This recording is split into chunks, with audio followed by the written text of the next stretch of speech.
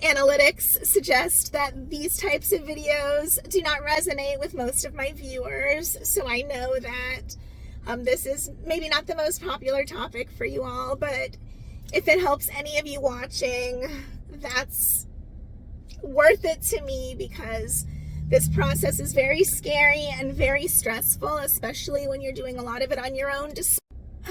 Well, friends, it's been about a week since I've even bothered trying to pick up the camera.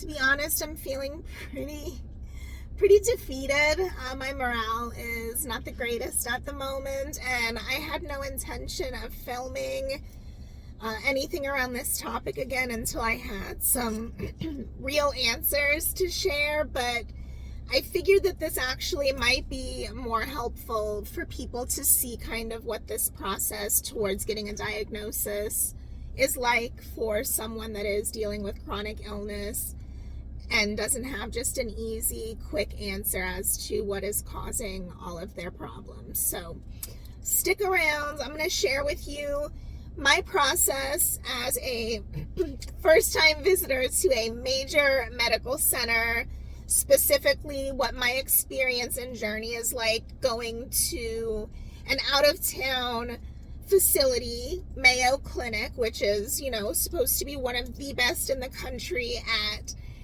figuring out what's wrong with you and helping fix it. So I kind of want to take you along on that process, give you a little bit more of an idea of what you can expect if you find yourself in a similar position.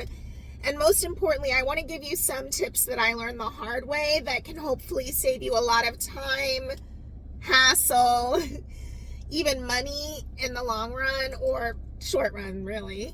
So stick around if any of that sounds like this is something that you want to hear, or if you just kind of want to know what's going on with me and my health journey at the moment. By the way, I'm Heather. If you're new here, welcome to my channel, Heather's Hikes and Adventures. We are not really on a hike or an adventure today, although to be honest, this health journey has been quite an adventure, albeit a roller coaster of one on its own. So if you are no strangers to the channel, I'm happy to have you back. Instead of doing kind of van life themed topic this time, where I'm giving you tips or tricks about how to go car camping, this time I'm going to be more sharing along the health journey side of that. So I do think that this is going to be helpful for a lot of people, because a lot of you in my comments have mentioned going through something very similar, either in the past or right now, or you have a loved one that is going through something like this. So for those of you that don't know, ever since the end of November, really, so I hate to think that it's already been going on 9 months, I've been pretty much in a steady decline physically. A lot of things have been ruled out. I've been tested for Lyme's disease, lupus, Sjogren's, all kinds of things. I did have a positive ANA test initially when they began all the testing, so we kind of went the rheumatology route while I saw other specialties to check specific symptoms. My cardiologist detected that I do have a diastolic dysfunction, primarily on the left side of my heart, and that they don't feel it's cardiac related or caused, but more so a response to the fact that my body is constantly attacking itself and causing huge spikes in my heart rate out of nowhere, and that it's just kind of my heart struggling to deal with that. So they felt pretty confident once my autoimmune or chronic illness issues were more figured out, and that a treatment was in place for that the cardiac issues will improve on their own as well, along as I improve. So that's kind of where we're at on that front. A lot of my symptoms have been neurological in nature, and it ultimately got to the point where it was determined that the best course of action would be to refer me to a major medical center that kind of has more of a team-like approach. They can deal with multiple specialties, multiple testing, and everything kind of at the same central location. The specialties can consult, and they're more likely to come up with an answer for the more complex or complicated cases, which, lucky me, I've been determined to be. So that kind of catches you up to speed for those of you that needed a recap or are new here. Now I kind of want to discuss with you what my initial experience was going to Mayo Clinic. I did go by myself. This is the first time I've ever been to a major medical center like this, either as, accompanying someone or for myself. So I had a lot of anxiety and kind of trepidation around the process to begin with. I did plan on filming the process, and so I do have the initial start of that as I'm arriving. Let's take a look at past Heather when she was still wide-eyed and optimistic about this appointment, shall we?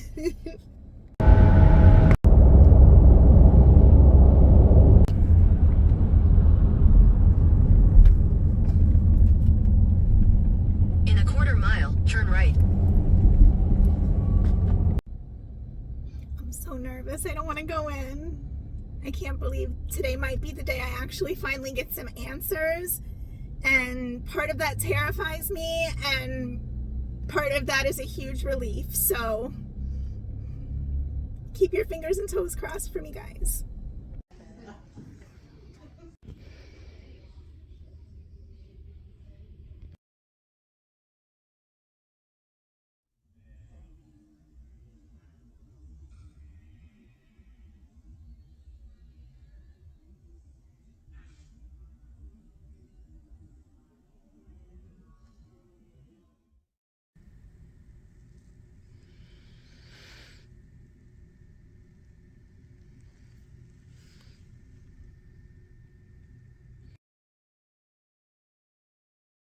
Okay, so as you can see, I didn't really film much after that or anything at all.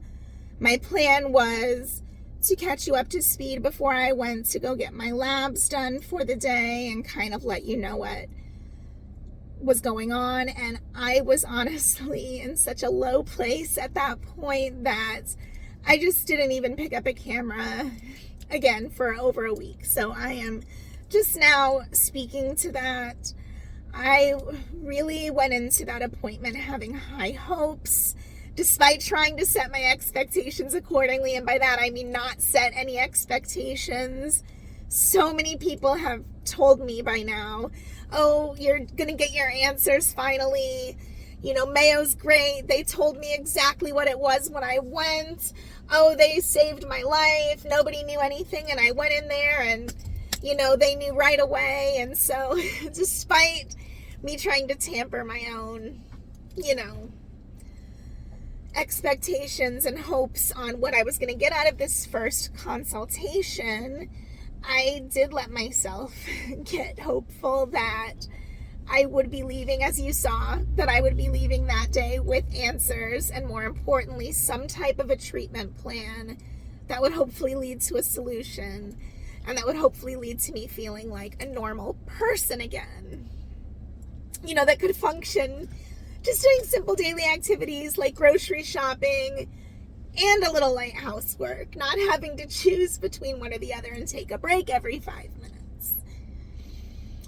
Unfortunately, despite my due diligence, there were things that I could have done differently to make this appointment a little more productive that I did not know about until after the fact. So that's what I want to talk about real quickly in case you find yourself in this situation where you're waiting to be seen at one of these major medical centers and where your condition could potentially involve one or more different specialties that need to be evaluated accordingly.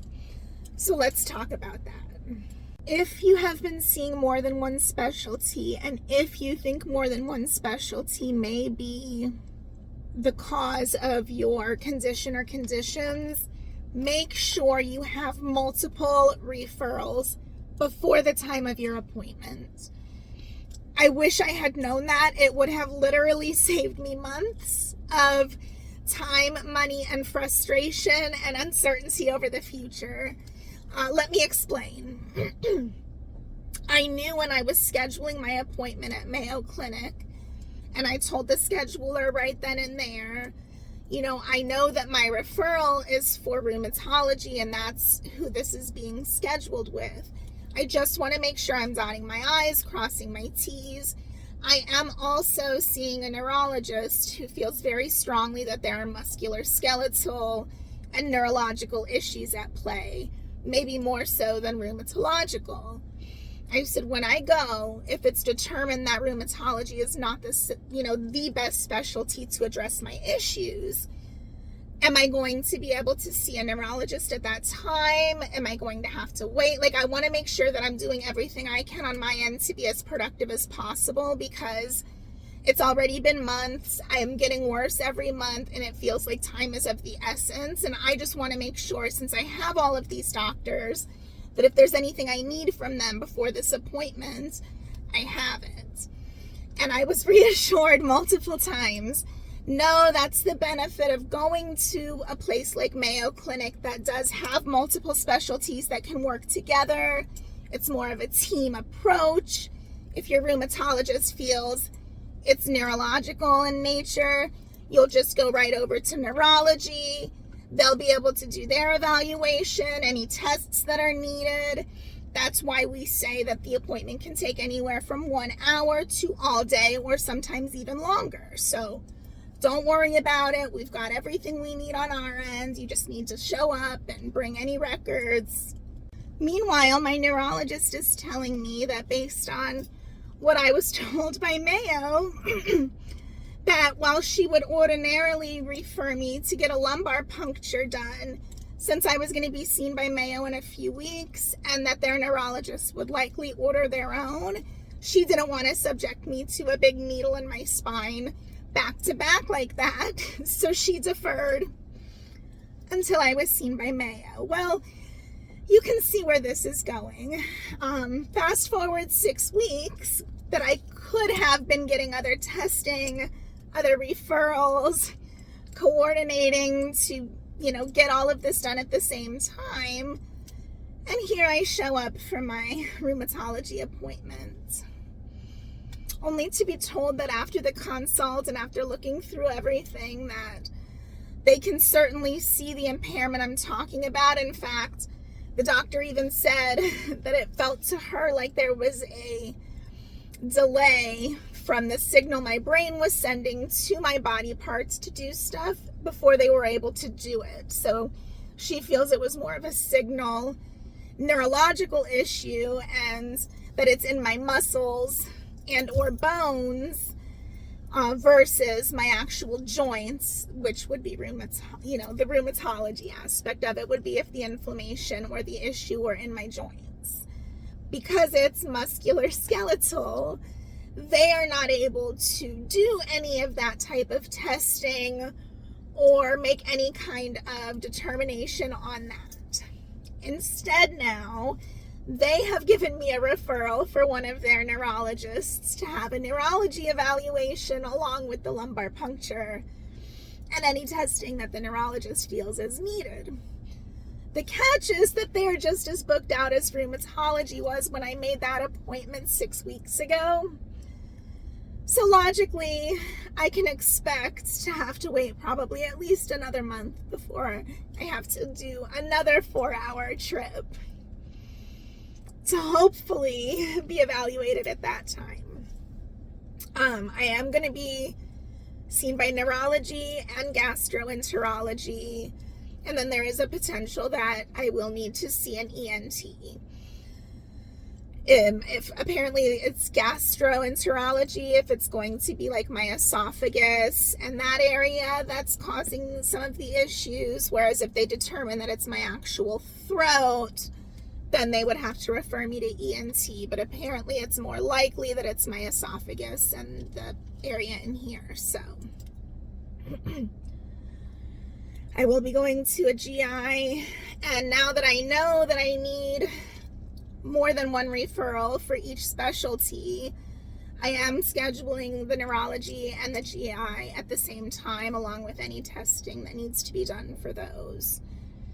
In the meantime, I am also going to go ahead with the lumbar puncture because that will give me potentially some answers while I'm waiting, since it is designed to detect things like MS or any type of cancers like lymphoma or myeloma or anything that would originate in the central nervous system. So hopefully those will be things that can be ruled out versus detected, but that is kind of where we're at right now. Unfortunately, that results in another tank of gas, more waiting, and potentially getting worse. The time on my short-term disability running out, so I'm going to be taking a severe cut in my income very soon. And since stress is not good for me, I am trying not to think of that, but I would be lying if I said that I was not panicking about that at the moment. So I'm not quite sure how I'm going to be able to afford all of my bills and taking care of myself and my 3 kids on half of what I am currently when it's already tight. So I'm just going to tell myself things are going to work out. I'm just going to keep doing my best, and I'll keep taking you along with me.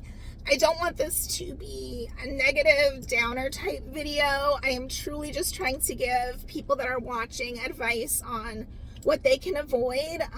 My biggest tip to you would be, again, if there is a possibility that multiple specialties are involved or could be the culprit, make sure you have a referral for each of those specialties and that you schedule all of them in the same time if you're going to be going out of town to attend this appointment. There is a virtual seminar I'm going to be attending that, since the autoimmune conditions I have been diagnosed with, again, for those of you who are new here, I do have alopecia areata, as well as lichen planus and fibromyalgia. In addition to those, my rheumatologist was explaining that I have what is known as an overlayment of sensory oversensitization. So basically, my body is kind of always in crisis. It's never really stabilized, which is why I'll go from literally dripping sweat and being extremely hot to shivering and my teeth chattering a few minutes later with kind of like no in between. It's why my heart will suddenly spike out of nowhere, why I'll suddenly wake up with a racing heart and kind of a fight or flight response going,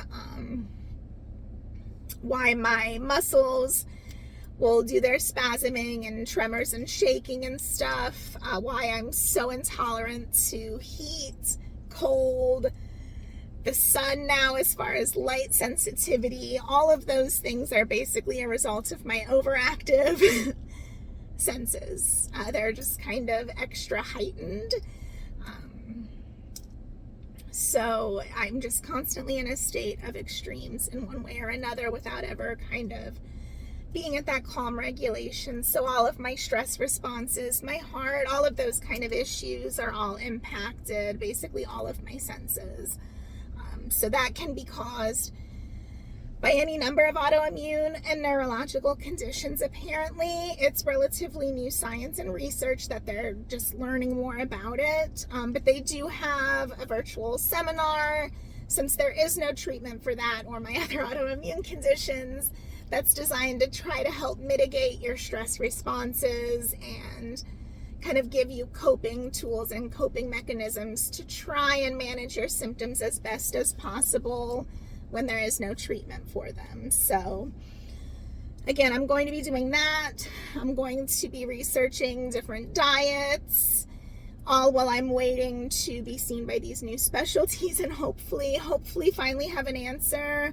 The only positive I am really taking from this is that pretty much all of my specialties are now of the mind that it is more neurological in nature, and so I am really hoping now that that is going to be the focus, along with checking out all of the GI issues, that I finally have some answers. When I do, I will share them with you, but again, I just kind of wanted to take you along this process with me so that you can learn from my mistakes and so that you can better be the best advocate you can for yourself or your loved one if you or your loved one is going through something similar. I would say I've rambled on enough. I know my algorithm, my analytics suggest that these types of videos do not resonate with most of my viewers, so I know that this is maybe not the most popular topic for you all, but if it helps any of you watching, that's worth it to me, because this process is very scary and very stressful, especially when you're doing a lot of it on your own, despite, having an awesome support system. And I just want to say for the record that I did have multiple people, my dear friend Kim from Out on a Limb, my parents, family, friends. I have had many people offer to go with me on this, but knowing myself, I felt it was best to do this part of my journey so that I can kind of process things on my own before having to feel like I don't want to fall apart in front of any of my loved ones. So anyways, I just wanted to put that out there because I didn't want anybody assuming that I have to be doing this part of my journey alone. That was a choice. I do have an awesome support system that I love and that I feel supported by. But again, I just want to thank you for watching, and I hope that this was helpful to at least some of you. And I will see you for a back to our regularly scheduled programming type video on the next one, which should be very soon. I hope not to have any more delays like this last one. I just needed to regroup, kind of get over my disappointment and frustration before I talked about it. So see you soon. Thanks for letting me ramble. Bye, friends.